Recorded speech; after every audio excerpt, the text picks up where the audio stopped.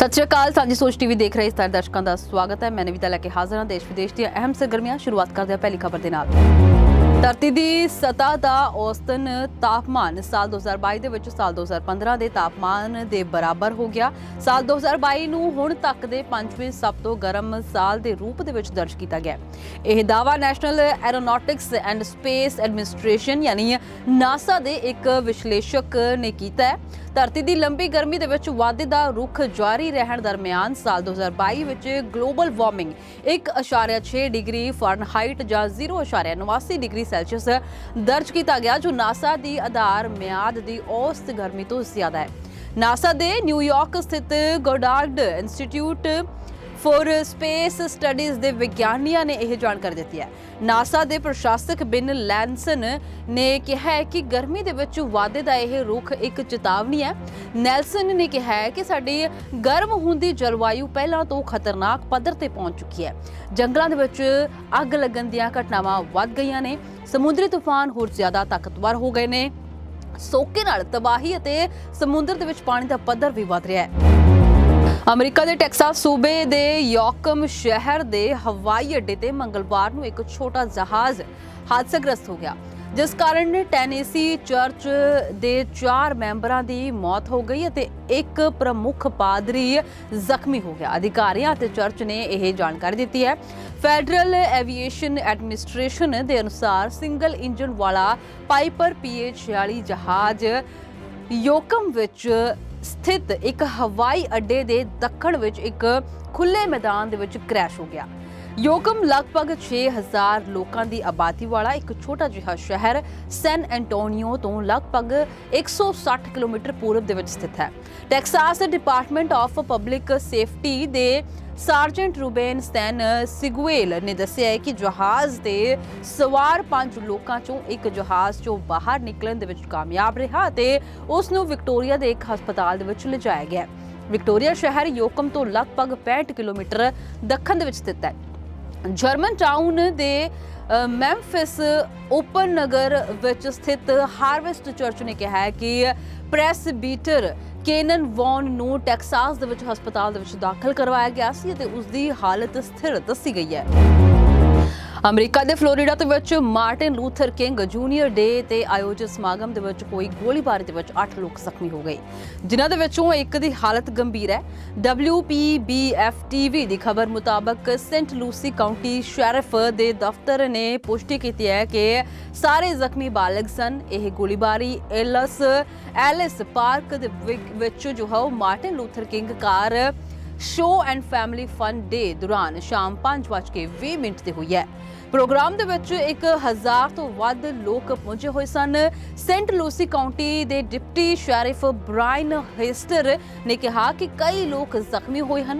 मुढ़ली जांच दे विच सामने आया है कि किसी गल नूं लैके 2 धिरां दे विच बहस हुई सी। बदकिस्मती दे नाल उन्हां ने मामला सुलझाउण दे लई बंदूकां दा सहारा लिया।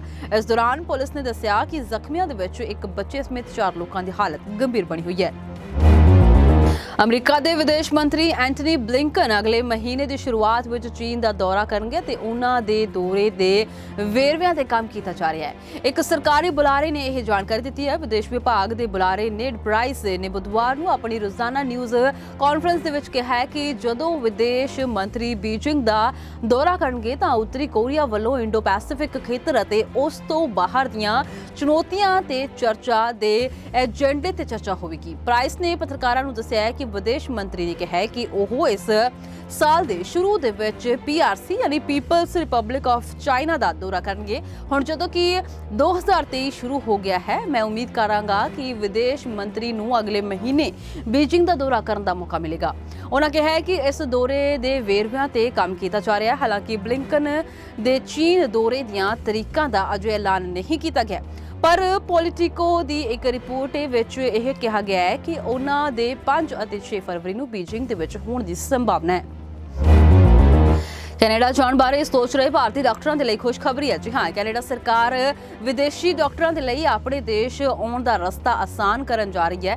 ਕੈਨੇਡੀਅਨ ਸਰਕਾਰ ਵਿਦੇਸ਼ੀ ਪੋਸਟ ਗ੍ਰੈਜੂਏਟ ਡਾਕਟਰਾਂ ਨੂੰ ਪ੍ਰੈਕਟਿਸ ਕਰਨ ਅਤੇ ਲਾਇਸੈਂਸ ਦੇਣ ਦੀ ਪ੍ਰਕਿਰਿਆ ਦੇ ਵਿੱਚ ਬਦਲਾਅ ਕਰਨ ਦੇ ਲਈ ਤਿਆਰ ਹੈ। ਇਸ ਲਈ ਖਰੜਾ ਵੀ ਤਿਆਰ ਕਰ ਲਿਆ ਗਿਆ ਹੈ। ਕੈਨੇਡਾ ਆਪਣੇ ਨਵੇਂ ਨਿਯਮ ਦੇ ਵਿੱਚ ਵਿਦੇਸ਼ੀ ਮਾਹਿਰ ਡਾਕਟਰਾਂ ਦੇ ਲਈ ਪ੍ਰੈਕਟਿਸ ਕਰਨ ਦਾ ਤਜਰਬਾ ਘਟਾ ਕੇ 2 ਸਾਲ ਕਰ ਦੇਵੇਗਾ, ਜਦਕਿ ਇਸ ਵੇਲੇ ਇਹ 7 ਸਾਲ ਹੈ। ਇੰਨਾ ਹੀ ਨਹੀਂ, ਲਾਇਸੈਂਸ ਦੇਣ ਦੀ ਪ੍ਰਕਿਰਿਆ ਦੀ ਵੀ ਮੌਜੂਦਾ ਸਮੇਂ ਦੇ ਵਿੱਚ 5 ਸਾਲ ਦੇ ਮੁਕਾਬਲੇ 3 ਮਹੀਨੇ ਕਰਨ ਦੀ ਤਜਵੀਜ਼ ਦੇ ਵਿੱਚ ਹੈ। ਦੱਸਦੀਏ ਕਿ ਕੈਨੇਡਾ ਦੇ ਵਿੱਚ ਪ੍ਰੈਕਟਿਸ ਕਰਨ ਦੇ ਇੱਛੁਕ ਭਾਰਤੀ ਡਾਕਟਰਾਂ ਨੂੰ ਇਸ ਨਵੇਂ ਨਿਯਮ ਦਾ ਸਭ ਤੋਂ ਵੱਧ ਫਾਇਦਾ ਹੋਵੇਗਾ। Canadian association of physician of Indian heritage ਦੇ ਅਨੁਸਾਰ ਇਸ ਸਮੇਂ ਕੈਨੇਡਾ ਦੇ ਵਿੱਚ 8000 ਭਾਰਤੀ ਡਾਕਟਰ ਕੰਮ ਕਰ ਰਹੇ ਨੇ। ਸਰਲ ਭਾਸ਼ਾ ਦੇ ਵਿੱਚ ਕਹੀਏ ਤਾਂ ਹਰ 10 ਡਾਕਟਰਾਂ ਦੇ ਵਿੱਚੋਂ ਇੱਕ ਭਾਰਤੀ ਹੈ। ਨਿਊਜ਼ੀਲੈਂਡ ਦੀ ਪ੍ਰਧਾਨ ਮੰਤਰੀ ਜੈਸਿੰਡਾ ਆਰਡਰਨ ਨੇ ਵੀਰਵਾਰ ਨੂੰ ਕਿਹਾ ਹੈ ਕਿ ਉਹ ਆਪਣੇ ਅਹੁਦੇ ਤੋਂ ਅਸਤੀਫਾ ਦੇ ਰਹੀ ਹੈ। ਨਾਮ ਅੱਖਾਂ ਦੇ ਨਾਲ ਆਰਡਰਨ ਨੇ ਨੈਪੀਅਰ ਵਿੱਚ ਪੱਤਰਕਾਰਾਂ ਨੂੰ ਕਿਹਾ ਕਿ 7 ਫਰਵਰੀ ਪ੍ਰਧਾਨ ਮੰਤਰੀ ਵਜੋਂ ਉਹਨਾਂ ਦਾ ਆਖਰੀ ਦਿਨ ਹੋਵੇਗਾ। ਉਹਨਾਂ ਕਿਹਾ ਕਿ ਮੇਰੇ ਕਾਰਜਕਾਲ ਦਾ 6ਵਾਂ ਸਾਲ ਸ਼ੁਰੂ ਹੋਣ ਵਾਲਾ ਹੈ ਤੇ ਹਰ ਸਾਲ ਮੈਂ ਆਪਣਾ ਸਰਵਸ਼੍ਰੇਸ਼ਠ ਦਿੱਤਾ ਹੈ। ਉਹਨਾਂ ਨੇ ਐਲਾਨ ਕੀਤਾ ਕਿ ਨਿਊਜ਼ੀਲੈਂਡ ਦੀਆਂ ਅਗਲੀਆਂ ਆਮ ਚੋਣਾਂ 14 ਅਕਤੂਬਰ ਨੂੰ ਹੋਣਗੀਆਂ ਅਤੇ ਉਹ ਉਦੋਂ ਤੱਕ ਸੰਸਦ ਮੈਂਬਰ ਵਜੋਂ ਸੇਵਾ ਨਿਭਾਉਂਦੀ ਰਹੇਗੀ। ਨਿਊਜ਼ੀਲੈਂਡ ਦੀ ਪ੍ਰਧਾਨ ਮੰਤਰੀ ਜੈਸਿੰਡਾ ਆਰਡਰਨ ਨੇ ਵੀਰਵਾਰ ਨੂੰ ਕਿਹਾ ਕਿ ਉਹ ਆਪਣੇ ਅਹੁਦੇ ਤੋਂ ਅਸਤੀਫਾ ਦੇ ਰਹੀ ਹੈ। ਨਾਮ ਅੱਖਾਂ ਦੇ ਨਾਲ ਆਰਡਰਨ ਨੇ ਨੇਪੀਅਰ ਦੇ ਵਿੱਚ ਪੱਤਰਕਾਰਾਂ ਨੂੰ ਕਿਹਾ ਕਿ 7 ਫਰਵਰੀ ਪ੍ਰਧਾਨ ਮੰਤਰੀ ਵਜੋਂ ਉਹਨਾਂ ਦਾ ਆਖਰੀ ਦਿਨ ਹੋਵੇਗਾ। ਭਾਰਤ ਸਮੇਤ ਦੁਨੀਆ ਭਰ ਤੋਂ ਬਹੁਤ ਸਾਰੇ ਲੋਕ ਹਜ, ਉਮਰਾ ਅਤੇ ਸੈਰ ਸਪਾਟੇ ਦੇ ਲਈ ਸਾਊਦੀ ਅਰਬ ਜਾਂਦੇ ਨੇ। ਅਜਿਹੇ ਲੋਕਾਂ ਦੇ ਲਈ ਸਰਕਾਰ ਨੇ ਵੱਡਾ ਕਦਮ ਚੁੱਕਿਆ ਹੈ ਤੇ ਹੁਣ ਸਾਊਦੀ ਦੇ ਵਿੱਚ ਦਾਖਲ ਹੋਣ ਦੀ ਪ੍ਰਕਿਰਿਆ ਨੂੰ ਕਾਫੀ ਆਸਾਨ ਕਰ ਦਿੱਤਾ ਗਿਆ ਹੈ। ਸਾਊਦੀ ਨੇ ਘੋਸ਼ਣਾ ਕੀਤੀ ਹੈ ਕਿ 에ਅਰਲਾਈਨਾਂ ਤੋਂ ਫਲਾਈਟ ਟਿਕਟ ਰੱਖਣ ਵਾਲੇ ਯਾਤਰੀਆਂ ਨੂੰ ਵੱਧ ਤੋਂ ਵੱਧ 4 ਦਿਨਾਂ ਯਾਨੀ ਕਿ 96 ਘੰਟਿਆਂ ਦੇ ਲਈ ਸਾਊਦੀ ਅਰਬ ਦੇ ਵਿੱਚ ਦਾਖਲ ਹੋਣ ਦੀ ਇਜਾਜ਼ਤ ਦਿੱਤੀ ਜਾਵੇਗੀ। ਇਸ ਦੌਰਾਨ ਉਹ ਹਜ ਅਤੇ ਉਮਰਾ ਵੀ ਕਰ ਸਕਦੇ ਨੇ। ਖਲੀਜ ਟਾਈਮਸ ਨੇ ਸਾਊਦੀ ਦੇ ਬੁਲਾਰੇ ਦੇ ਹਵਾਲੇ ਦੇ ਨਾਲ ਕਿਹਾ ਹੈ ਕਿ ਜਦੋਂ ਯਾਤਰੀ ਜਹਾਜ਼ ਦੀਆਂ ਟਿਕਟਾਂ ਆਨਲਾਈਨ ਬੁੱਕ ਕਰਦੇ ਨੇ ਤਾਂ ਉਹਨਾਂ ਨੂੰ ਪੁੱਛਿਆ ਜਾਵੇਗਾ ਕਿ ਉਹਨਾਂ ਨੂੰ ਵੀਜ਼ੇ ਦੀ ਲੋੜ ਹੈ ਜਾਂ ਫਿਰ ਨਹੀਂ। ਜੇਕਰ ਉਹ ਦੱਸਦੇ ਨੇ ਕਿ ਉਹਨਾਂ ਨੂੰ ਇਸ ਦੀ ਲੋੜ ਹੈ ਤਾਂ ਉਹਨਾਂ ਨੂੰ ਇੱਕ ਫਾਰਮ ਭਰਨਾ ਹੋਵੇਗਾ ਜਿਸ ਦੇ ਵਿੱਚ ਸਿਰਫ 3 ਮਿੰਟ ਲੱਗਣਗੇ। ਪਰ ਟਿਕਟ ਲੈਣ ਵਾਲਿਆਂ ਨੂੰ ਸਿਰਫ 4 ਦਿਨ ਸਾਊਦੀ ਦੇ ਵਿੱਚ ਰੁਕਣ ਦੀ ਇਜਾਜ਼ਤ ਹੋਵੇਗੀ। ਸਾਊਦੀ ਦੇ ਬੁਲਾਰੇ ਅਬਦੁੱਲਾ ਅਲ ਸ਼ਾਹਰਾਨੀ ਨੇ ਦੱਸਿਆ ਹੈ ਕਿ ਟਿਕਟ ਬੁੱਕ ਕਰਦੇ ਸਮੇਂ ਯਾਤਰੀ ਵੀਜ਼ਾ ਦਾ ਵਿਕਲਪ ਦਿਖਾਈ ਦੇਵੇਗਾ। ਜੇਕਰ ਯਾਤਰੀ ਹਾਂ ਦੇ ਵਿੱਚ ਜਵਾਬ ਦਿੰਦਾ ਹੈ ਤਾਂ ਉਹ ਵੀਜ਼ਾ ਪ੍ਰਾਪਤ ਕਰਨ ਦੇ ਲਈ ਵਿਦੇਸ਼ ਮੰਤਰਾਲੇ ਦੀ ਵੈਬਸਾਈਟ ਦਾ ਸਹਾਰਾ ਲਏ ਬਿਨਾਂ ਹੀ ਇਸ ਪ੍ਰਕਿਰਿਆ ਨੂੰ ਪੂਰਾ ਕਰ ਸਕੇਗਾ। ਨਵੀਂ ਸੇਵਾ ਦੇਸ਼ ਦੇ ਸਾਰੇ ਅੰਤਰਰਾਸ਼ਟਰੀ ਹਵਾਈ ਅੱਡਿਆਂ ਤੇ ਉਪਲਬਧ ਹੋਵੇਗੀ। ਸੰਯੁਕਤ ਰਾਸ਼ਟਰ ਵੱਲੋਂ ਹੁਣ ਤੱਕ ਪਾਕਿਸਤਾਨ ਆਧਾਰਿਤ ਜਾਂ ਪਾਕਿਸਤਾਨ ਦੇ ਨਾਲ ਸੰਬੰਧਿਤ ਕਰੀਬ 150 ਅੱਤਵਾਦੀ ਸੰਗਠਨਾਂ ਅਤੇ ਵਿਅਕਤੀਆਂ ਦੇ ਨਾਂ ਕਾਲੀ ਸੂਚੀ ਦੇ ਵਿੱਚ ਪਾਏ ਜਾ ਚੁੱਕੇ ਨੇ, ਜਿਨ੍ਹਾਂ ਦੇ ਵਿੱਚੋਂ ਨਵੀਨਤਮ ਨਾਂ ਲਸ਼ਕਰ-ਏ-ਤੌਇਬਾ ਦੇ ਉਪ ਮੁੱਖ ਅਬਦੁਲ ਰਹਿਮਾਨ ਮੱਕੀ ਦਾ ਹੈ, ਜਿਸ ਨੂੰ ਸੁਰੱਖਿਆ ਪਰਿਸ਼ਦ ਦੀ ਅਲ-ਕਾਇਦਾ ਪ੍ਰਤੀਬੰਧ ਕਮੇਟੀ ਨੇ ਅੱਤਵਾਦੀ ਘੋਸ਼ਿਤ ਕੀਤਾ ਹੈ। ਸੰਯੁਕਤ ਰਾਸ਼ਟਰ ਸੁਰੱਖਿਆ ਪਰਿਸ਼ਦ ਯਾਨੀ UNSC ਦੀ 1267 ਦਾਇਸ਼, ISIL ਅਤੇ ਅਲ-ਕਾਇਦਾ ਪ੍ਰਤੀਬੰਧ ਕਮੇਟੀ ਨੇ ਸੋਮਵਾਰ ਨੂੰ 68 ਸਾਲਾਂ ਮੱਕੀ ਨੂੰ ਘੋਸ਼ਿਤ ਅੱਤਵਾਦੀਆਂ ਦੀ ਸੂਚੀ ਦੇ ਵਿੱਚ ਸ਼ਾਮਲ ਕੀਤਾ।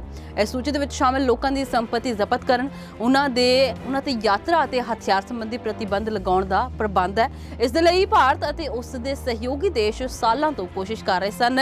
ਅਲ-ਕਾਇਦਾ ਕਮੇਟੀ ਦੀ ਸੂਚੀ ਅਨੁਸਾਰ ਸੰਯੁਕਤ ਰਾਸ਼ਟਰ ਵੱਲੋਂ ਹੁਣ ਤੱਕ ਕਾਲੀ ਸੂਚੀ ਦੇ ਵਿੱਚ ਪਾਏ ਗਏ ਲਗਭਗ 150 ਅੱਤਵਾਦੀ ਸੰਗਠਨ ਅਤੇ ਵਿਅਕਤੀ ਜਾਂ ਤਾਂ ਪਾਕਿਸਤਾਨ ਆਧਾਰਿਤ ਹਨ ਜਾਂ ਫਿਰ ਦੇਸ਼ ਦੇ ਵਿੱਚ ਉਹਨਾਂ ਦੇ ਸੰਬੰਧ ਹਨ ਜਾਂ ਉਹ ਪਾਕਿਸਤਾਨ ਅਫਗਾਨਿਸਤਾਨ ਸੀਮਾ ਖੇਤਰਾਂ ਤੋਂ ਸੰਚਾਲਿਤ ਹੁੰਦੇ ਨੇ। ਭਾਰਤੀ ਕ੍ਰਿਕਟ ਟੀਮ ਦੇ ਨੌਜਵਾਨ ਸਲਾਮੀ ਬੱਲੇਬਾਜ਼ ਸ਼ੁਭਮਨ ਗਿੱਲ ਨੇ ਨਿਊਜ਼ੀਲੈਂਡ ਦੇ ਖਿਲਾਫ ਪਹਿਲੇ ਵਨਡੇ ਵਿੱਚ ਇਤਿਹਾਸ ਰਚ ਦਿੱਤਾ ਹੈ। ਸ਼ੁਭਮਨ ਗਿੱਲ ਵਨਡੇ ਦੇ ਵਿੱਚ ਸਭ ਤੋਂ ਤੇਜ਼ 1000 ਦੌੜਾਂ ਬਣਾਉਣ ਵਾਲੇ ਭਾਰਤੀ ਬੱਲੇਬਾਜ਼ ਬਣ ਗਏ ਨੇ। ਇਸ ਦੌਰਾਨ ਉਹਨਾਂ ਨੇ ਵਿਰਾਟ ਕੋਹਲੀ ਅਤੇ ਸ਼ਿਖਰ ਧਵਨ ਦੇ ਰਿਕਾਰਡ ਵੀ ਤੋੜ ਦਿੱਤੇ ਨੇ। ਗਿੱਲ ਨੇ 87 ਗੇਂਦਾਂ ਦੇ ਵਿੱਚ ਵਨਡੇ ਕੈਰੀਅਰ ਦਾ ਤੀਜਾ ਸੈਂਕੜਾ ਲਗਾਇਆ। ਉਹਨਾਂ ਨੇ ਆਪਣੀ ਪਾਰੀ ਦੇ ਵਿੱਚ 14 ਚੌਕੇ ਅਤੇ 2 ਛੱਕੇ ਲਗਾਏ। ਸ਼ੁਭਮਨ ਗਿੱਲ ਨੂੰ 1000 ਦੌੜਾਂ ਬਣਾਉਣ ਦੇ ਲਈ 19 ਪਾਰੀਆਂ ਦਾ ਸਹਾਰਾ ਲੈਣਾ ਪਿਆ। ਇਸ ਤੋਂ ਪਹਿਲਾਂ ਭਾਰਤ ਵੱਲੋਂ ਵਿਰਾਟ ਕੋਹਲੀ ਅਤੇ ਸ਼ਿਖਰ ਧਵਨ ਨੇ ਇੱਕੋ 24 ਪਾਰੀਆਂ ਵਿੱਚ ਇਹ ਉਪਲਬਧੀ ਹਾਸਲ ਕੀਤੀ ਸੀ। ਤਾਂ ਗੱਲ ਕਰੀਏ ਤਾਂ ਸ਼ੁਭਮਨ ਗਿੱਲ ਫਕਰ ਜਾਮਨ ਤੋਂ ਬਾਅਦ ਸਭ ਤੋਂ ਤੇਜ਼ 1000 ਦੌੜਾਂ ਪੂਰੀਆਂ ਕਰਨ ਵਾਲੇ ਦੁਨੀਆ ਦੇ ਦੂਜੇ ਬੱਲੇਬਾਜ਼ ਬਣ ਗਏ ਨੇ। ਸੋ ਫਿਲਹਾਲ ਦੇ ਲਈ ਇੰਨਾ ਹੀ। ਫਿਰ ਤੋਂ ਲੈ ਕੇ ਹਾਜ਼ਰ ਹੋਵਾਂਗੇ ਦੇਸ਼ ਵਿਦੇਸ਼ ਦੀਆਂ ਹੋਰ ਤਾਜ਼ਾ ਖਬਰਾਂ। ਤਦ ਤੱਕ ਦੇ ਲਈ ਮੈਨੂੰ ਦਿਓ ਇਜਾਜ਼ਤ। ਧੰਨਵਾਦ।